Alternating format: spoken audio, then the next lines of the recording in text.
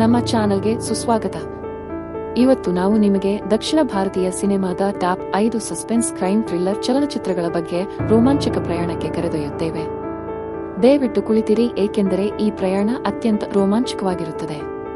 ಇದು ನಿಮಗೆ ಅಂತ್ಯದವರೆಗೆ ಏನು ನಡೆಯಲಿದೆ ಎಂದು ಊಹಿಸಲು ಬಿಡುವುದಿಲ್ಲ. ಈ ಚಲನಚಿತ್ರದ ಕತೆ ಮತ್ತು ರೋಮಾಂಚಕ ಅಂಶಗಳು ಅದನ್ನು ಅನನ್ಯವಾಗಿಸುತ್ತವೆ. ಪಾತ್ರಧಾರಿಗಳ ಅದ್ಭುತ ಪ್ರದರ್ಶನ ಮತ್ತು ಕಥೆಯ ರೋಚಕ ತಿರುವುಗಳು ಅದನ್ನು ವಿಶೇಷವಾಗಿಸುತ್ತವೆ. ಕ್ಲೈಮ್ಯಾಕ್ಸ್ನಲ್ಲಿ ನಿಮ್ಮ ಉಸಿರಾಟವನ್ನು ನಿಲ್ಲಿಸುವ ಬಂಪ್ಗಳು ಇವೆ. IMDb ರೇಟಿಂಗ್ 7.3 ಮತ್ತು ಗೂಗಲ್ ಯೂಸರ್ ಲೈಕ್ಸ್ 88%. ಈ ಚಲನಚಿತ್ರ ಕಂಗಾರು.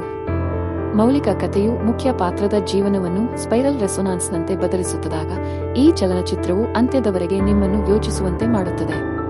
ಚಿತ್ರದ ಪಠ್ಯ ಮತ್ತು ನಿರ್ದೇಶನವು ಪ್ರೇಕ್ಷಕರನ್ನು ಅಂತ್ಯದವರೆಗೆ ಹಿಡಿದಿಟ್ಟುಕೊಳ್ಳುತ್ತದೆ. ಮುಖ್ಯ ಪಾತ್ರದ ಮನೋಸ್ಥಿತಿ ಮತ್ತು ಅವನ ಹೋರಾಟವು ರೋಚಕವಾಗಿ ಪ್ರದರ್ಶಿತವಾಗಿದೆ.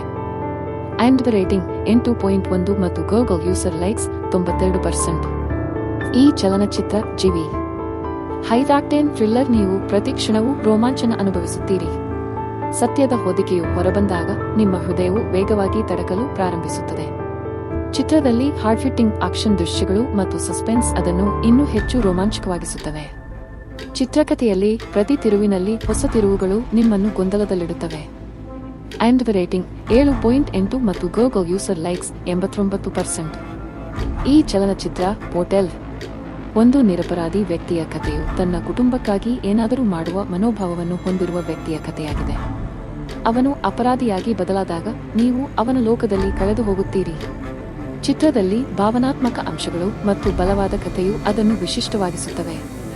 ಪಾತ್ರಧಾರಿಗಳ ಅಭಿನಯ ಮತ್ತು ಕಥೆಯ ಪ್ರಸ್ತುತೀಕರಣ ಶ್ಲಾಘನೀಯವಾಗಿದೆ. IMDb ರೇಟಿಂಗ್ 8.3 ಮತ್ತು ಗೂಗಲ್ ಯೂಸರ್ ಲೈಕ್ಸ್ 91%. ಈ ಚಲನಚಿತ್ರ ಬ್ಲಿಂಕ್.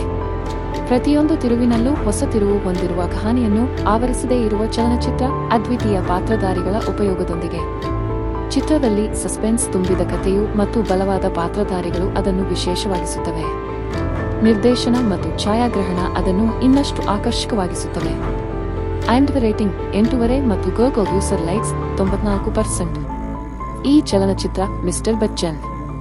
ಹೀಗಾಗಿ ಸ್ನೇಹಿತರೆ, ಇದು ದಕ್ಷಿಣ ಭಾರತೀಯ ಸಿನಿಮಾದ ಟಾಪ್ 5 ಸಸ್ಪೆನ್ಸ್ ಕ್ರೈಮ್ ಥ್ರಿಲ್ಲರ್ ಚಲನಚಿತ್ರಗಳು.